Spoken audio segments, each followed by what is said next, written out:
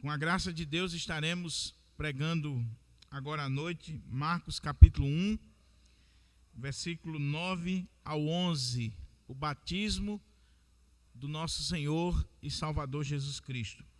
Então convido você que está aqui, você que está em casa, a abrir a sua Bíblia no Evangelho de Marcos capítulo 1, versículo 9 ao 11, palavra do Senhor para os nossos corações. E de fato eu quero fazer coro aqui a oração da nossa irmã Natália, quando está pedindo para que o Senhor abençoe aqueles que estão aqui na igreja, aqueles que estão nos acompanhando pelo canal do YouTube. Hoje eu recebi uma mensagem de WhatsApp de um amigo que pegou a pregação de domingo passado e mandou em um grupo e compartilhou com os amigos dele. E ele recebeu um áudio de volta, o camarada chorando e agradecendo a Deus pela pregação de domingo passado, porque ele se viu como Marcos, que Deus daria uma segunda chance para ele. E ele foi impactado pela palavra do Senhor. Então nós não temos noção do que Deus pode fazer através do seu Espírito, quando a palavra está sendo pregada, semeada, principalmente através deste canal tão poderoso que é a internet, tão impactante que é a internet. Então, vamos ler a palavra do Senhor, Evangelho de Marcos, capítulo 1, versículo 9 ao 11, diz assim: Naqueles dias, veio Jesus de Nazaré da Galileia e por João foi batizado no rio Jordão. Logo ao sair da água, viu os céus rasgarem-se e o Espírito descendo como pomba sobre ele. Então foi ouvida uma voz dos céus: Tu és o meu filho amado, em ti me comprazo. Mantenha aí a sua Bíblia aberta, para que a gente possa considerar o texto. E vamos orar, pedindo ao Senhor a direção, o discernimento, a iluminação necessária, e para o pregador também a intrepidez para a ministração da palavra do Senhor. Pai querido, a tua palavra foi lida e agora encontra-se aberta diante de nós. Eu sou consciente, meu Pai, que se o teu Espírito Santo, que inspirou esse texto, não estiver trazendo luz, discernimento e intrepidez ao meu coração, eu estarei laborando em erro aqui nesta noite. Por isso eu quero te pedir, ó Pai, enche-nos do teu Espírito, para que assim a gente possa interpretar o texto corretamente e aplicar o texto da forma eficaz para a vida dos teus servos que estão aqui e aqueles que nos acompanham através do canal da nossa igreja. Que as tuas ovelhas sejam chamadas porque estão ouvindo a tua voz e somente a tua voz. Que as palavras dos meus lábios e o meditar do meu coração sejam agradáveis na tua presença, ó Senhor, rocha minha e redentor meu. Amém. Meus irmãos, mantenha a sua Bíblia aberta para a gente considerar esse texto. Eu queria destacar algumas coisas à guisa de introdução para que a gente possa entender melhor o texto que nós acabamos de ler. Primeiro que o texto que nós acabamos de ler, Marcos capítulo 1, verso 9 ao 11, ele pertence a uma perícope, a um parágrafo muito maior. Eu já tenho dito isso para os irmãos. O texto que nós precisamos considerar é Marcos capítulo 1, do verso 1 até o versículo 13. Aqui está a perícope, o parágrafo, a unidade de pensamento. Marcos está provando para nós que Jesus é o Messias, é o Cristo, é o Filho de Deus. E aí ele abre o seu evangelho, chamando a atenção para a preparação do Senhor Jesus para exercer o seu ministério E ele chama a nossa atenção nessa abertura, nesse primeiro parágrafo, para as testemunhas que deram as credenciais para o ministério de Jesus. Então ele cita o Antigo Testamento, conforme está escrito nos profetas. Ele cita a figura de João Batista como o precursor do Messias. Nós já vimos isso aqui. Vem aí desde o versículo 2 até o versículo 8. Agora ele vai falar sobre Jesus sendo batizado, e aí ele vai ser ungido pelo Espírito, revestido do Espírito. O Pai vai testificar a seu respeito, e depois a última fase desta preparação para o ministério do Senhor Jesus é quando, uma vez ungido pelo Espírito Santo, uma vez confirmado pelo Pai como aquele que é o seu Filho amado, como o Messias do povo de Deus, Jesus vai ser levado para o deserto para ser tentado por Satanás, para que, uma vez vencida a tentação, uma vez vencido o inimigo, ele possa agora iniciar o seu ministério. Então, o que nós estamos vendo aqui, do verso 1 até o verso 13, é essa preparação do ministério de Cristo. É Marcos apresentando Jesus como Messias, o Filho de Deus, o Cristo, o ungido. Nós já vimos a introdução do Evangelho de Marcos no domingo passado. Depois nós vimos o ministério de João Batista, e agora nós vamos ver esse batismo de Jesus. A outra coisa que eu quero destacar ainda, como introdução, é que o texto que nós acabamos de ler, meus irmãos, é um texto curto, um texto simples, um texto emocionante, porém um texto extremamente profundo do ponto de vista teológico. É um texto que nos emociona, é um texto extremamente curto, simples, uma abordagem direta, mas um texto que desafia os teólogos há 2000 anos. Um texto que faz a gente pensar, refletir, analisar a respeito da sua profundidade teológica. E nós vamos ver isso aqui à medida que a gente for expondo a passagem. Mas, por último, é oportuno para o dia de hoje. Hoje é o dia dos pais. E eu sei que algumas igrejas separam esse momento para falar sobre o papel do pai, sobre a importância do pai.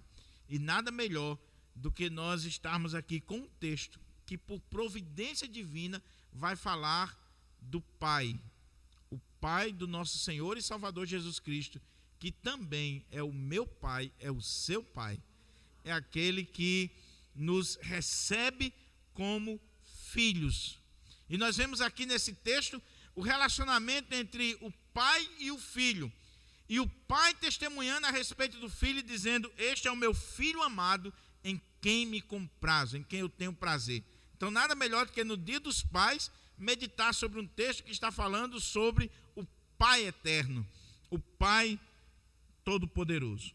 Então, com a sua Bíblia aberta, vamos lendo o texto, e à medida que a gente for lendo, nós vamos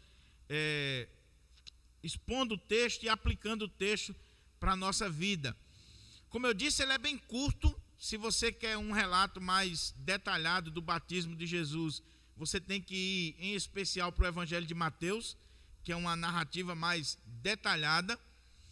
Aqui, Marcos, em 3 versículos, em 53 palavras na língua original, Marcos vai falar sobre esse evento tão importante que é o batismo do Senhor Jesus. Olha como é que começa aí, versículo 9, diz assim: naqueles dias veio Jesus de Nazaré da Galileia e por João foi batizado no Rio Jordão. Primeira coisa que chama a atenção aqui é essa expressão, naqueles dias. Que dias são esses? É claro que quando Marcos está falando e chamando a atenção para isso aqui, está ligado ao que veio anteriormente. Ou seja, no auge do ministério de João Batista, quando João o Batista estava pregando no deserto, exercendo o seu ministério, batizando aquelas multidões que vinham ao seu batismo, diz que naqueles dias Jesus veio lá de Nazaré da Galileia e por João foi batizado no Rio Jordão. Naqueles dias. Eu já chamei a atenção aqui na mensagem anterior para esse evento aqui de João no deserto. Meus irmãos, faziam mais de 400 anos que Deus não falava com o povo de Israel, com a nação de Israel. Nem por sonho, nem por visão, por revelação, por profetas. Havia um silêncio profético desde Malaquias. A nação estava sem ouvir a voz de Deus. Havia uma expectativa no coração do povo de Israel pela vinda do Messias, do ungido, o enviado de Deus. E é claro que, como diz as profecias, antes do Messias chegar, era necessário que um mensageiro viesse à sua frente, preparando o caminho, preparando os corações para a chegada do Messias. Eles acreditavam que Elias, o profeta Elias, ele voltaria e ministraria para o povo, preparando a chegada do Messias. João Batista é esse precursor, esse enviado, esse profeta de Deus que vai à frente do Messias, pregando e ensinando um batismo de arrependimento.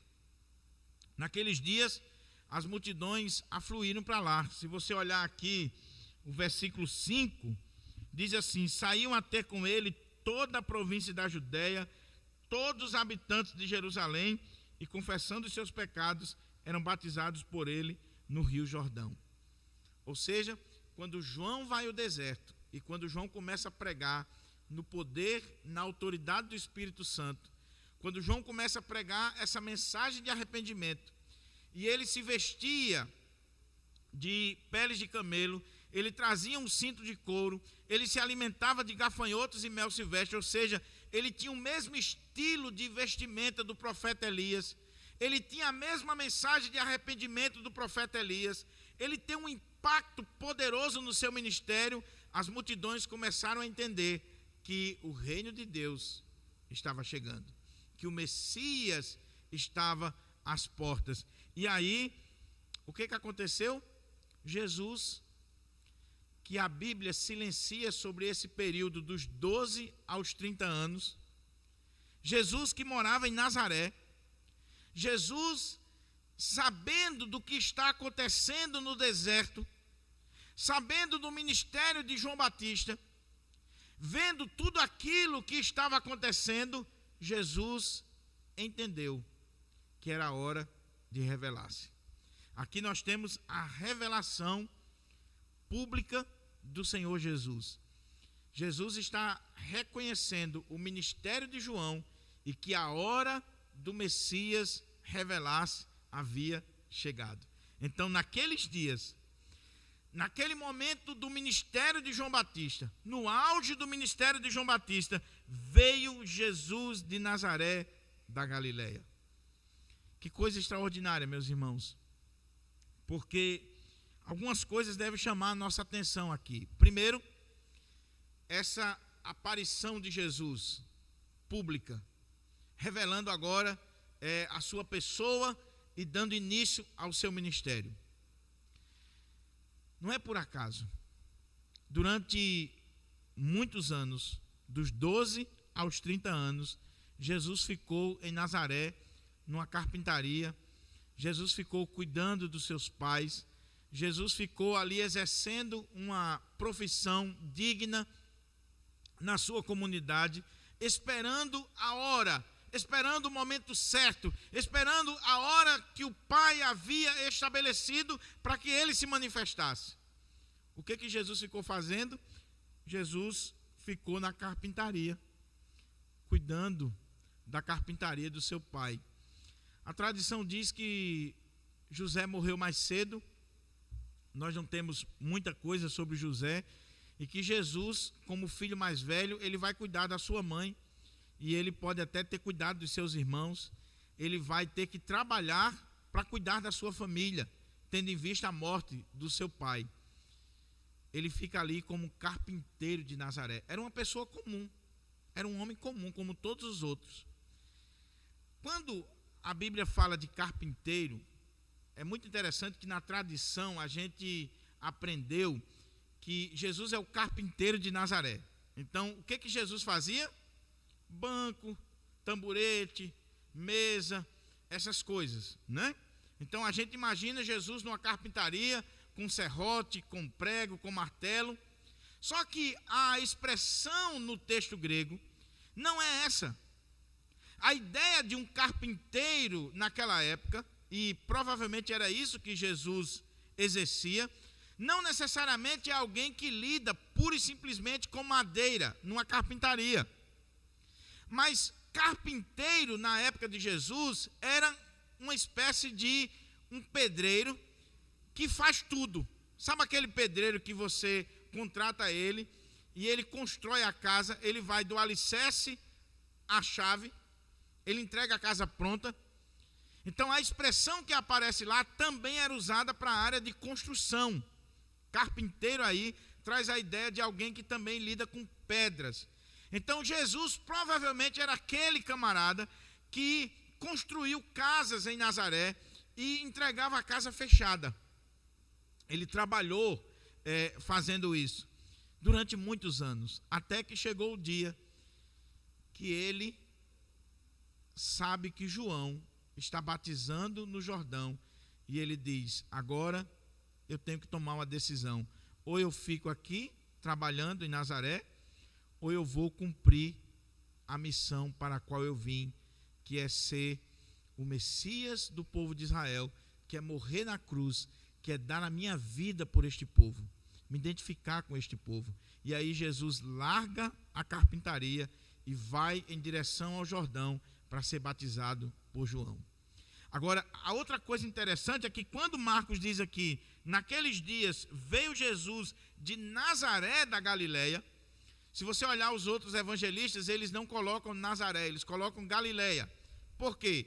Tanto Mateus como Lucas estão escrevendo para pessoas que conheciam muito bem aquela região. Marcos está escrevendo para romanos, que provavelmente não conheciam muito bem. Então ele é mais específico, ele não só diz que Jesus veio da Galileia, mas que ele veio de Nazaré, da Galileia, ele é específico. E por que isso aqui é importante, meus irmãos? Porque eu não sei se você consegue vislumbrar, mas quando Marcos diz que naqueles dias veio Jesus de Nazaré da Galileia, isso era chocante para a época. Marcos está dizendo que o Messias, o Cristo, o ungido, o enviado de Deus, esse que ele coloca como filho de Deus, ele veio de Nazaré da Galileia. Pastor, mas o que tem de mais nisso? O que tem de mais é que Nazaré e a região da Galileia era a região mais desprezível para o povo judeu. O galileu era desprezado. O galileu era tido como gente atrasada, mal educada, de uma linguagem pesada. Era uma espécie de caipira, de matuto, de gente das brenhas, do interior, do interiorzão. Você lembra quando Filipe encontra Natanael lá no capítulo 1 de João, e ele diz: achamos o Messias, que quer dizer o Cristo. Sim, de onde é que ele veio? De Nazaré. Aí ele diz: e de Nazaré pode vir alguma coisa boa? Porque Nazaré era desprezada, a Galileia era desprezada. E Marcos está dizendo que o Messias, o Filho de Deus, está vindo exatamente dessa região desprezada, de gente pobre, de gente simples, de gente que era tida como gente atrasada. Jesus veio de uma região pobre, nasceu de uma família pobre, viveu como pobre, se identificou com os pobres. Naqueles dias veio Jesus de Nazaré da Galileia. Isso é chocante, isso é uma bomba para os judeus da sua época. eles jamais imaginariam que o Messias, que o Filho de Deus, procederia de Nazaré. Procederia de uma região ou de uma cidade, de uma comunidade extremamente mal vista, atrasada, como era Nazaré. A outra coisa que a gente pode ver aqui que chama a atenção, olha como é que diz o texto. Naqueles dias, veio Jesus de Nazaré da Galileia. E por que isso aqui é importante? Porque quando você olha, por exemplo, alguns documentários nos canais aí de TV a cabo, ou na própria internet, principalmente todo ano, no final do ano, né? Quando vai se comemorar o Natal, então você olha os canais de televisão, sempre tem um estudioso, um doutor, um especialista querendo dizer que Jesus não é aquilo que a Bíblia diz. Sempre tem um doutor querendo colocar em xeque a palavra de Deus e dizendo que Jesus não é o Cristo, que Jesus era simplesmente um homem lá, um judeu do primeiro século, mas que não tinha nada de especial, nada de sobrenatural, era um revolucionário que bateu de frente com as autoridades e foi morto, mas que ele não ressuscitou e que não é nada disso. E que na verdade Jesus era até um embusteiro, porque Jesus era alguém que, como diz o Evangelho, aparece aos 12 anos no templo, na companhia dos seus pais. Depois a Bíblia não fala mais dele, e aí ele só reaparece com 30 anos de idade, fazendo milagres, pregando, juntando pessoas. E a pergunta é, onde é que ele esteve?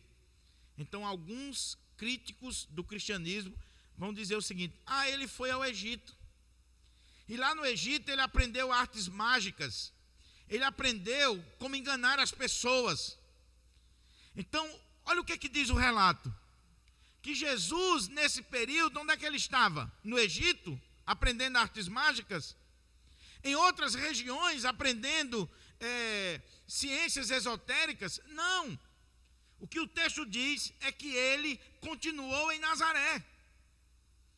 E ele veio de Nazaré. Então esse relato aqui, meus irmãos, é muito importante para nós, porque quantas vezes nós somos impactados com esses supostos estudiosos que querem colocar em xeque a palavra de Deus, e você precisa estudar a palavra de Deus com profundidade para você não se perder. O texto está dizendo que Jesus nunca saiu de Nazaré, ele ficou em Nazaré até aos 30 anos de idade, e quando ele completa 30 anos, ele sai de Nazaré e apresenta-se no Jordão para ser batizado. A outra coisa interessante aqui é que Marcos está dando para nós o seguinte: o relato que eu estou dando para vocês não é uma história espiritual, não é algo mítico, não é um relato mitológico. Eu estou dando para vocês um relato histórico, fidedigno. A história de Jesus, ela tem data, ela tem endereço, ela tem lugar, ela tem uma época específica. Nós não estamos falando aqui de um mito, nós não estamos falando aqui de algo que foi inventado pelos homens. Jesus tem nome, tem endereço, tem a cidade onde ele morava. Marcos está dando aqui para nós um relato histórico, fidedigno. E quando você vê o Evangelho de Lucas, Lucas coloca nessa época aqui, inclusive as autoridades romanas da época. Por que isso é importante, meus irmãos? Porque ainda tem muita gente que acha que nós estamos diante de um relato falso, mitológico, que é simplesmente uma história espiritual ou espiritualizada. Não. Quando Marcos diz, naqueles dias veio Jesus de Nazaré da Galileia e por João foi batizado no Rio Jordão. Marcos está dizendo assim: a história de Jesus é uma história real, é uma história fidedigna. Deixa eu dizer a você, existe mais provas de que Jesus de fato existiu do que eu e você existimos. Existem mais relatos e provas a respeito da história de Jesus do que a respeito de eu e você. E o que é interessante é que o incrédulo, ele acredita que Sócrates, Platão, os Césares, os grandes pensadores existiram. E quer colocar em xeque a história de Jesus, que tem os evangelhos, que tem manuscritos, que tem testemunhas, que dividiu a história no meio, e ainda querem colocar em xeque. Então Marcos está dizendo assim: o relato que eu estou trazendo para vocês é um relato fidedigno. Jesus morava em Nazaré da Galileia, e ele veio de Nazaré para ser batizado por João no Rio Jordão. Então, cuidado quando você, de repente, vier uma seta na sua cabeça, querendo colocar em xeque a palavra de Deus, a história de Jesus, colocar em xeque os milagres, colocar em xeque os evangelhos. Cuidado com isso. A outra coisa interessante é que o texto diz assim: naqueles dias veio Jesus de Nazaré da Galileia e por João foi batizado no Rio Jordão. Eu estava lendo um comentarista e ele disse o seguinte: esse texto aqui, ele é um texto impactante. E qualquer pessoa que pensa um pouquinho, ele fica escandalizado com esse texto. Deveria ficar. Porque o texto diz que Jesus veio de Nazaré da Galileia e por João foi batizado no Rio Jordão. É claro que aqui Marcos está resumindo. Marcos não coloca aqui as objeções de João, o diálogo que houve entre Jesus e João, quando Jesus veio e se colocou à disposição para ser batizado por João. João disse: eu batizar você? Jamais, não posso fazer isso.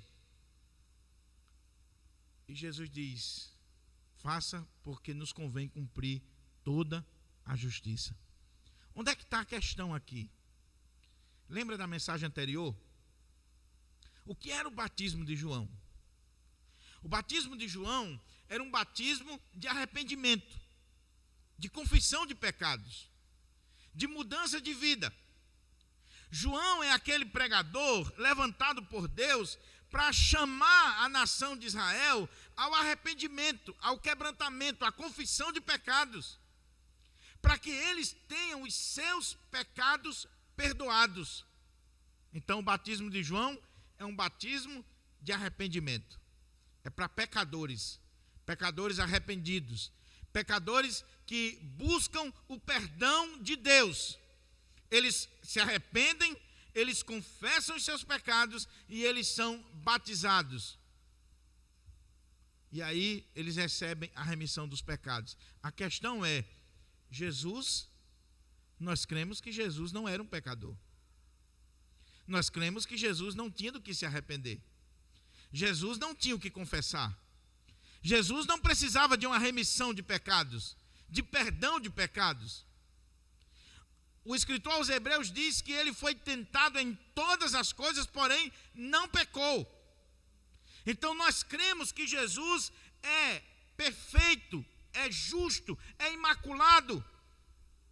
Marcos acabou de dizer que ele é o Filho de Deus, o ungido de Deus, o Messias. Marcos acabou de dizer que ele é aquele que batiza com o Espírito Santo. João Batista, quando ele batiza Jesus, e diz lá no Evangelho de João, um testemunho interessante, que ele disse o seguinte: eu não o conhecia, mas aquele que me mandou batizar disse: aquele sobre o qual vires descer o Espírito Santo, é este que batiza com o Espírito Santo. E quando João batiza Jesus, que o Espírito Santo vem sobre ele, João vê ali que as profecias estão se cumprindo e que Jesus, o seu primo, que veio ser batizado por ele, é o Messias. A questão é, como é que Jesus é o que batiza com o Espírito Santo, é o Filho de Deus, é o ungido de Deus, vem para ser batizado, para receber um batismo de arrependimento, de confissão de pecados? Como é que Jesus vai se submeter a um batismo que está dizendo assim: arrependa-se dos seus pecados, Converta-se dos seus pecados, para que você tenha perdão na sua vida. Não parece uma contradição? Não é algo que deve chamar a nossa atenção, que deve nos fazer pensar? Mas aqui, meus irmãos, nós temos uma das maiores revelações de Deus para a humanidade. Se você entender isso aqui, querido, você vai entender o Evangelho. Se você entender isso aqui, e a minha oração é que o Espírito Santo de Deus esteja agindo no seu coração, abrindo a sua mente, o seu entendimento. Se você entender isso aqui, você vai entender a grandeza, a sublimidade do Evangelho de nosso Senhor e Salvador Jesus Cristo. Jesus não tinha pecado, Jesus não precisava se arrepender de nada, confessar nada, Jesus não precisava de perdão de nada. Ele é Deus, Ele é o Senhor, Ele é perfeito, Ele é quem batiza com o Espírito Santo. Mas por que naqueles dias veio Jesus de Nazaré da Galileia e por João foi batizado no Rio Jordão? Por quê? Sabe por quê? A melhor explicação para isso aqui, e eu concordo com o Dr. William Hendricks no seu comentário, quando ele diz que nós não precisamos viajar muito não sobre isso aqui. A explicação mais simples é a mais eficaz e a que vai direto ao ponto. Sabe qual é? Quando Jesus, apesar de ser perfeito, apesar de ser justo, de ser o Filho de Deus, ele se apresenta para ser batizado por João, para receber esse batismo de arrependimento, é porque Jesus está se identificando comigo e com você como pecadores. Sabe o que está acontecendo aqui? Jesus não tinha pecado, Jesus não tinha nada para se arrepender, Jesus não precisava confessar absolutamente nada, mas o que está acontecendo aqui é o que o profeta Isaías havia profetizado. Ele tomou sobre si as nossas iniquidades. O nosso pecado estava sobre ele. As nossas culpas, as nossas transgressões. Jesus está aqui, meus irmãos, se identificando conosco. Jesus está aqui se colocando nessa situação de um batismo de arrependimento por causa de mim e de você, cumprindo toda a justiça de Deus, toda a vontade de Deus. Jesus está aqui se colocando entre você e Deus. Você já pensou que coisa extraordinária? Quando Jesus está sendo batizado ali, esse batismo de arrependimento, Jesus está fazendo isso em meu nome, no seu nome, em meu favor, em seu favor.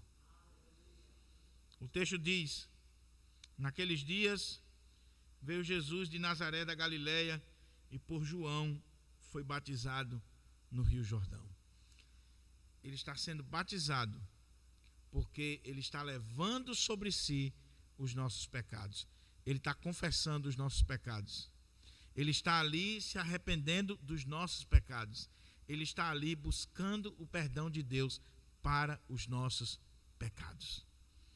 Mas o que é interessante, meus irmãos, é que quando Jesus se identifica conosco, quando Jesus se coloca nessa situação, se identificando com essa humanidade caída, pecadora, essa humanidade que precisa se arrepender dos seus pecados, quando isso acontece, e diz o texto que logo ao sair da água, viu os céus rasgarem-se e o Espírito descendo como pomba sobre ele.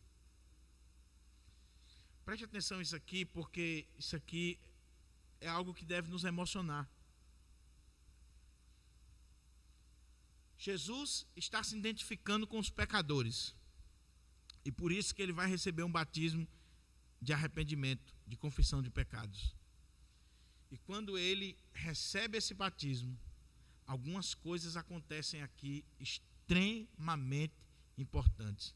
Em primeiro lugar, diz o texto aqui, logo ao sair da água, viu os céus olha a expressão que Marcos utiliza: os céus rasgarem-se. Mateus e Lucas foram mais suaves. Eles disseram que os céus se abriram. Mas aqui não. Aqui usa uma expressão tremenda.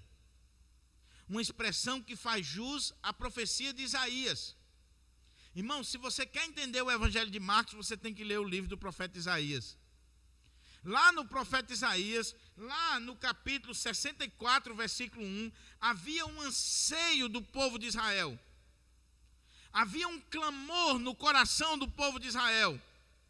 Ah, Senhor, se o Senhor fendesse os céus e descesse sobre nós. Havia esse clamor no íntimo da nação, do povo de Deus. E agora, quando Jesus se identifica com os pecadores, quando Jesus recebe o batismo, diz o texto que logo ao sair da água, os céus fenderam-se, rasgaram-se, dizendo com isso que não existe mais separação entre nós e o nosso Deus, que através de Cristo nós temos livre acesso à presença de Deus, porque os nossos pecados foram perdoados. Você consegue entender a profundidade disso aqui? Você consegue entender o que o Evangelho está transmitindo para nós? João, eu falei pela manhã que João era o maior homem do mundo, porque João é aquele profeta que é a dobradiça entre a antiga aliança e a nova aliança. João é aquele profeta que fecha as cortinas do Antigo Testamento e abre os portais celestiais do Novo Testamento. Jesus, aqui no batismo, Jesus está também se colocando no meio. E de um lado estou eu e você, toda a humanidade caída. Do outro lado está o Pai. E Jesus no meio, se identificando conosco. E por causa disso, os céus estão se rasgando. E Jesus é aquele que nos representa diante do Pai. Logo, ao sair da água, viu os céus rasgarem-se. Agora, não existe mais impedimento para se chegar à presença de Deus. É claro que não podemos chegar à presença de Deus por nossos méritos. Nós não vamos chegar à presença de Deus sozinhos. Nós chegamos através de Cristo.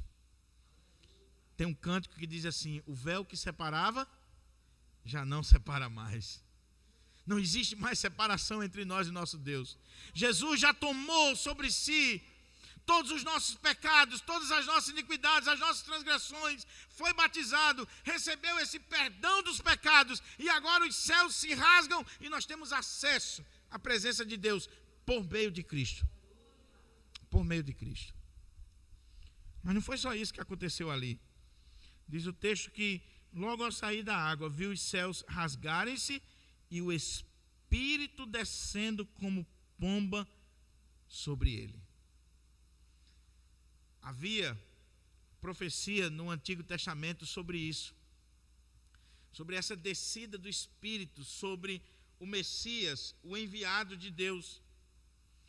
E João havia recebido da parte do Senhor essa mensagem: aquele sobre o qual vires descer o Espírito Santo é este que batiza com o Espírito Santo. João diz: olha, eu não o conhecia. Você nunca parou para pensar nessa expressão de João? Quando João diz que não conhecia Jesus? Ora, como é que ele não conhecia Jesus se eles eram primos? Como é que ele não conhecia Jesus se Jesus fazia parte da sua família? Muito embora eles tenham vivido separados durante muito tempo, João foi para o deserto, Jesus ficou em Nazaré, mas Maria e Isabel se conheciam muito bem. Então, o que acontece? João não conhecia Jesus como Messias. Não é que ele não conhecia Jesus como um parente, como um amigo, como uma pessoa. Mas Deus falou com ele dizendo assim: quando você estiver batizando e vir alguém ao batismo, e aí o Espírito descer sobre essa pessoa, este é o Messias, este é o enviado, esse é o Cristo, esse é o ungido de Deus, é o Filho de Deus. Então, quando Jesus é batizado ali e os céus se rasgam, o Espírito desce como uma forma de pomba sobre ele. Existem centenas de explicações para o fato do Espírito Santo descer como uma pomba. Alguns dizem que é o símbolo da paz. E aí é mais uma questão de tradição, de uma visão mais emocional do texto. Não, porque aqui nós temos o símbolo da paz, da pureza.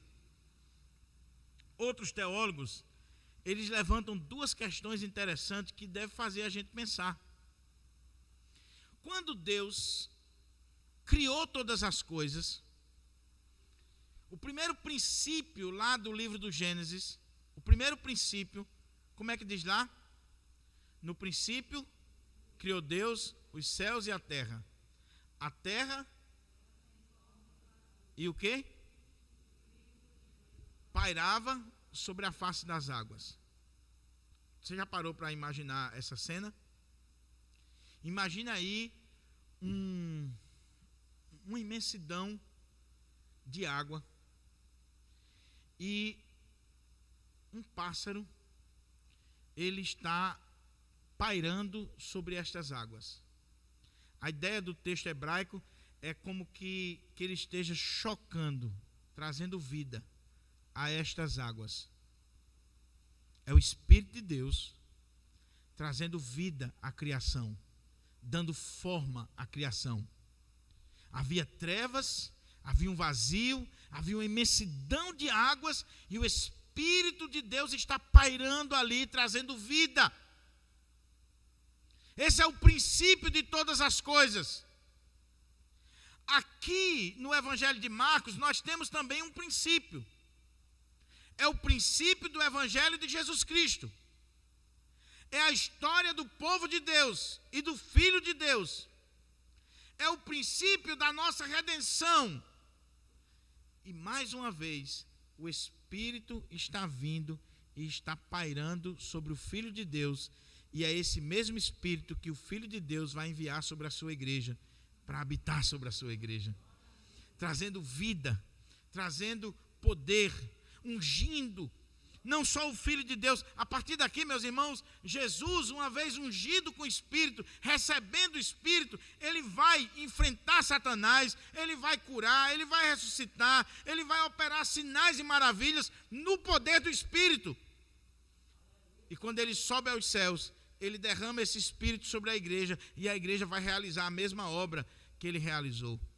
O ponto aqui é que Jesus está sendo revestido do poder de Deus. O Espírito está vindo sobre ele. Um detalhe aqui interessante: o Espírito vinha no Antigo Testamento, sobre os líderes do Antigo Testamento? Vinha, mas ele vinha de forma esporádica. O Espírito vinha sobre um artista no Antigo Testamento e aí ele fazia coisas extraordinárias para o Senhor. Mas em Cristo, esse Espírito desce para habitar nele. Você já parou para pensar sobre a relação que há entre Jesus e o Espírito Santo? Ele nasceu como obra do Espírito, ele vai ser guiado pelo Espírito, ele está sendo cheio do Espírito, ele vai operar sinais e maravilhas no poder do Espírito, ele vai derramar o Espírito sobre a vida da igreja. Que coisa extraordinária, meus irmãos. Se Jesus, o Filho de Deus, viveu uma vida cheia e na direção do Espírito Santo, quanto mais eu e você. Quanto mais eu e você precisamos ser cheios do Espírito, buscar o Espírito Santo. O texto diz: logo ao sair da água, viu os céus rasgarem-se e o Espírito descendo como pomba sobre ele. Primeira ideia, essa ideia da criação. A criação lá no início e a criação desse povo de Deus em Cristo Jesus, que está recebendo o selo, a unção do Espírito Santo. Outra ideia interessante que eu estava pesquisando e vi, alguns teólogos dizem que quando o texto está falando aqui do Espírito descendo como pomba sobre Jesus, qual é a ideia aqui? O contexto aqui é o quê? Confissão de pecados. quando nós confessamos pecados, quando nós nos arrependemos, quando nós recebemos o perdão de Deus, nós estamos livres de quê? Do juízo de Deus. Porque todo pecado é digno do juízo. Então, alguns teólogos querem dizer que essa cena aqui, ela nos remete àquele contexto lá de Noé, qual foi o símbolo de que o juízo de Deus havia passado? De que não tinha mais juízo de Deus sobre aquele povo. Quando Noé soltou exatamente uma pombazinha e ela sobrevoou, e aí aquilo ali foi um sinal de que o juízo de Deus havia passado. Não havia mais morte, não havia mais condenação para aqueles que estavam na arca. Quando o Espírito de Deus está descendo sobre Jesus, está dizendo que agora nós, por causa do que ele fez, nós estamos livres do juízo de Deus. Não há mais juízo sobre nós. O que é interessante aqui, meus irmãos, é que o que o texto está revelando para nós é esse ministério do Senhor Jesus. Eu gosto muito de alguns teólogos que dizem o seguinte: aqui na cena do batismo, nós estamos vendo já, em resumo, uma sinopse de tudo aquilo que vai acontecer com Jesus. Porque aqui, quando Jesus está sendo ungido pelo Espírito Santo, aqui nós já temos também um prenúncio da cruz. Ele está se identificando conosco, ele vai morrer pelos nossos pecados, ele vai ser guiado pelo Espírito Santo, e aqui nós já temos um prenúncio da cruz. Por quê? Olha o que diz o texto. Logo ao sair da água, viu os céus rasgarem-se, e o Espírito descendo como pomba sobre ele. Então, terceira coisa. Primeiro, os céus se rasgaram. Segundo, o Espírito desceu. Terceiro lugar, então foi ouvida uma voz dos céus. Faziam mais de 400 anos que Deus não falava com seu povo. Mas agora Deus levantou João como precursor, e agora com o filho no Jordão sendo batizado, o Pai agora vai falar de forma audível, para que todos escutem. Deus está agora rompendo o silêncio. Deus está agora abrindo os céus e voltando a falar com o seu povo. E quando Deus fala, Deus diz: tu és o meu filho amado, em ti eu tenho prazer. O que isso quer dizer para nós? Por que Marcos está colocando isso aqui? Primeiro, essa expressão aqui nos lembra o Salmo 2, versículo 7. Jesus é esse filho amado do Pai. Mas eu gosto muito de uma interpretação que eu li e que mexeu muito comigo, que diz o seguinte, que quando o Pai, lá dos céus, ele fala, e ele diz: tu és o meu filho amado, em quem eu tenho todo o prazer, está chamando a nossa atenção não só para o Salmo 2, versículo 7, mas esse texto aqui está chamando a nossa atenção, e esse texto é um prenúncio do sacrifício de Cristo na cruz do Calvário, porque esse texto está chamando a nossa atenção, sabe para quê? Para o sacrifício de Isaac, para a história de Abraão e de Isaac. Vai lá para Gênesis, capítulo 22. Olha aqui o que diz Gênesis 22, palavra do Senhor para o nosso coração. Veja que coisa interessante, para você ver de onde está vindo essa expressão, que às vezes a gente acha que é tão simples. Olha o que diz aqui, Gênesis 22, Gênesis 22, 2. Deus prova a Abraão, e olha o que ele diz em Gênesis 22, 2. Acrescentou Deus: toma teu filho, teu único filho Isaque, a quem amas, e vai à terra de Moriá, oferece-o ali em holocausto, sobre um dos montes que eu te mostrarei. Isaac era o filho amado do pai. E Deus chega para ele e diz: pega o filho que você ama e vai para o monte e sacrifica ele. Você conhece a história. Abraão foi, levou o seu filho Isaac, aquele filho que ele tanto amava, o filho amado do pai, e ele leva até aquele monte. E quando ele prepara todo aquele holocausto e coloca o seu filho em cima daquela lenha, e que ele vai sacrificar o seu filho, diz a palavra que o anjo do Senhor repreendeu e disse: Abraão, não faça mais isso. Agora eu sei que você ama a Deus. Agora eu sei que você realmente ama ao Senhor. E aí apareceu lá um cordeirinho para que ele sacrificasse. Quando a gente lê essa história, a gente pensa assim: a história encerrou. Não, a história não encerrou. Porque aquele sacrifício de um filho amado simplesmente deu um intervalo.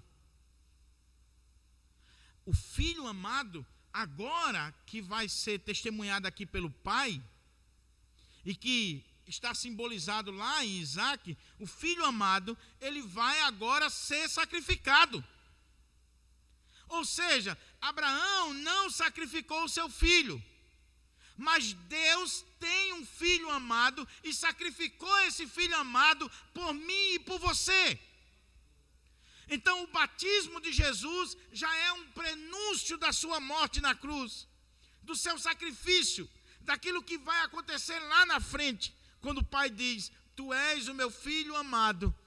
O que está passando na mente de Jesus é: eu vou ter que cumprir aquele sacrifício lá de Isaac.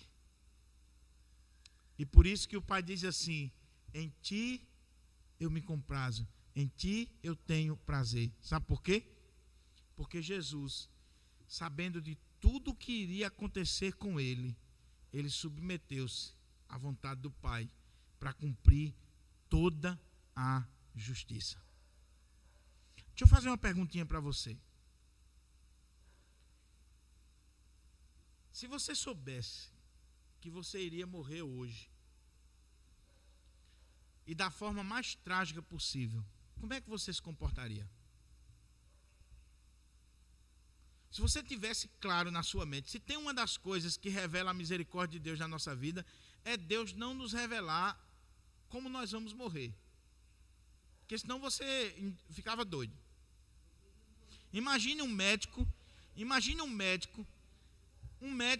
que sabe tudo sobre câncer. Ele é especialista em câncer. E de repente ele fica com câncer. Imagine como é que fica a cabeça desse médico. Quando ele sabe de tudo aquilo que vai acontecer com ele até o momento final. Ele tem consciência, ele é médico, ele sabe, ele é um especialista na área. E de repente ele ficou com câncer, ele sabe todo o processo, tudo que ele vai sofrer, e ele sabe como vai terminar. Você já pensou que sofrimento? Agora, no caso do médico, ele é forçado a ter que enfrentar isso, ele não tem como correr. No caso de Jesus, ele está se colocando de forma voluntária, em obediência ao Pai, em submissão ao Pai. Ele está se colocando diante do Pai, assumindo toda a nossa culpa, tudo aquilo que nós merecíamos, ele está assumindo, e o pai está dizendo: você é o meu filho amado, em quem eu tenho todo prazer. Porque Jesus é obediente ao Pai, submisso ao Pai, se colocou à disposição do Pai. Houve um dia que lá no conselho da Trindade, na eternidade, que nós não conseguimos mensurar, houve uma reunião entre o Pai, o Filho e o Espírito Santo. E o Pai disse assim: eu preciso salvar a humanidade caída, o homem caído. E o processo é assim, assim, assim. E quem vai morrer é você, meu filho. E ele diz: eis-me aqui. Você vai passar por isso, por isso, por isso e por isso. Depois eu vou enviar você, Espírito Santo, e você vai agir assim, assim e assim. E agora nós temos a Trindade cumprindo este plano eterno. e sendo revelada aqui no batismo, a Trindade aparecendo, o Pai falando lá dos altos céus, o Filho no Jordão sendo batizado, se identificando conosco, esse Filho amado que vai ser sacrificado pelo Pai, e o Espírito Santo vindo e revestindo ele de poder para essa tarefa tão gloriosa. Eu quero concluir essa mensagem chamando a sua atenção para algumas aplicações. Em primeiro lugar, como eu disse, o que esse texto faz com você? Ele mexe com as suas emoções? Ele faz você pensar na grandeza de Deus, do plano de salvação? Você viu que história interessante? Você viu que coisa extraordinária? Você viu que não existe literatura humana mais extraordinária do que o Evangelho de Jesus Cristo? E quantas vezes nós nos empolgamos mais com as coisas efêmeras, passageiras desta vida? Talvez você está aqui e você se encanta mais com os livros de Harry Potter, ou seja lá do que for, do que com o Evangelho de Jesus. Essa história real, verídica, gloriosa. Mas a outra coisa, você consegue ver que tudo isso que aconteceu com Jesus foi por você? Foi no seu lugar? Foi para que você tenha vida que ele enfrentou a morte? Foi para que você tenha o perdão de Deus que ele vai se identificar com você num batismo de arrependimento? Você tem parado para pensar sobre isso? Você sabia que para você chegar diante de Deus, Jesus teve que se colocar no meio, porque senão você seria fulminado? Sabe por que nós estamos aqui nesta noite, meus irmãos? Sabe por que nós oramos, que nós cantamos e que nós entramos na presença de Deus sem nenhum problema? Porque Jesus é o nosso supremo mediador. Ele está no meio, entre nós e Deus. E aí, a ira de Deus não vem sobre nós, mas a sua misericórdia, porque a ira de Deus foi derramada sobre Cristo. Para que eu e você não sofresse a ira de Deus, Jesus vai sofrer a ira do Pai. Você consegue imaginar isso? Você consegue ser grato por isso? Você entendeu agora qual é a motivação que nós temos para vir à igreja, para vir um culto, para cantar, para pregar, para orar, para dar os nossos dízimos, as nossas ofertas? Qual é a motivação? Eu vou para a igreja porque é um ambiente legal, eu vou para a igreja porque eu vou encontrar meus amigos, eu vou para a igreja porque eu vou ver uma namorada, eu vou para a igreja porque eu tenho satisfação a dar ao pastor, eu vou para a igreja porque, afinal de contas, eu tenho que acompanhar a minha mulher. Não, meu querido, sabe por que você deveria ter vindo para o culto hoje à noite? Porque Jesus morreu por você, deu a vida por você, rasgou os céus para você. Quando eu entendo isso, meus irmãos, não precisa o pastor estar pedindo a ninguém para vir para o culto. Não precisa estar botando bubu na boca de ninguém. Irmãozinho, vá para o culto. Irmão, estou sentindo sua falta. Seu lugar está vazio. Meu irmão, a igreja precisa de você. Nada disso. Você deve vir para cá por pura gratidão, porque Jesus se identificou com você, assumiu o seu lugar, sofreu a sua dor, ele buscou perdão para a sua vida. Quando a gente tem esse entendimento, meus irmãos, a vida cristã muda. Tudo muda na nossa vida. Mas a outra coisa que eu quero terminar é dizendo o seguinte: você tem buscado esse enchimento do Espírito Santo na sua vida? O Filho de Deus não iniciou o seu ministério sem primeiro ser ungido com o Espírito Santo. Nós precisamos buscar o Espírito Santo de Deus. Nós precisamos clamar pelo Espírito Santo. Espírito Santo, vem sobre nós. Jesus, nos batiza com o Espírito Santo. Jesus, nos enche do Espírito Santo. Hoje pela manhã na mensagem, eu coloquei uma coisa para os irmãos. Conta-se que alguém chegou para o Dr. Billy Graham e disse assim: Dr. Billy Graham, o irmão fulano aqui da nossa comunidade precisa ser disciplinado. E aí Billy Graham disse, e é, meu irmão, por quê? Disse, porque ele foi pego embriagado. Então ele tem que ser disciplinado. Ok, é verdade. Mas, meu amado irmão, você está cheio do Espírito Santo? E aí o irmão ficou assim e disse, eu acho que não. E aí Billy Graham disse, meu querido, você também precisa ser disciplinado. Porque a Bíblia diz assim, e não vos embriagueis com vinho, no qual há dissolução, mas enchei-vos do Espírito Santo. São duas ordens, uma negativa, outra positiva. A negativa, não se embriague, não encha a cara. E aquele que enche a cara deve ser disciplinado, e nas igrejas geralmente é disciplinado. Agora, e aqueles que não buscam o enchimento do Espírito Santo? Por que eles não são disciplinados também? Porque a ordem é a mesma, enchei-vos do Espírito. Deixai-vos encher do Espírito. Oh, meu amado irmão, em nome de Jesus, a minha oração é que o Espírito Santo de Deus venha sobre a sua vida, venha sobre a sua família. Mas para a gente concluir, esse texto diz algo, e como eu disse, é um texto oportuno no Dia dos Pais. Porque esse texto fala de Jesus se identificando com os pecadores, de Jesus cumprindo toda a justiça, de Jesus sendo obediente ao Pai. E esse texto termina com o Pai dizendo assim, tu és o meu filho amado, em quem me comprazo. O pastor Hernandes, no seu comentário, ele diz uma coisa extraordinária, comentando esse texto. Ele diz assim, nem todo filho amado é o deleite ou o prazer do Pai. Nem todo filho amado é o deleite ou o prazer do Pai. Quantos pais que amam seus filhos de coração, mas os filhos são rebeldes. Os filhos fazem vergonha aos pais. Jesus não é só o filho amado. Jesus é o filho que dá prazer ao Pai, que cumpriu toda a vontade do Pai, que se submeteu ao Pai. Concluindo, meus irmãos, eu não posso deixar de falar isso. Esse texto revela para nós uma das doutrinas mais preciosas do cristianismo, que é a doutrina da Trindade, que não é fruto da especulação humana, não é criação dos teólogos.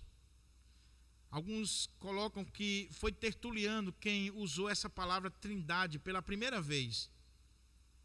Mas a Trindade não é uma criação dos teólogos. A Trindade é uma revelação divina. Como é que diz o texto? O Pai fala dos céus.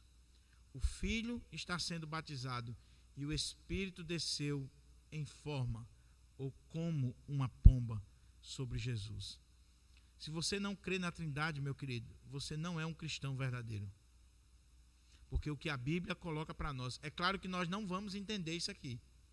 Isso aqui foge à nossa compreensão, à nossa capacidade de raciocinar. É um mistério divino. Mas o que a Bíblia coloca para nós é que existe Pai, Filho e Espírito Santo. E que esses três são um. E aqui está muito claro no texto sagrado a doutrina da Trindade, a palavra do Senhor. Vamos orar?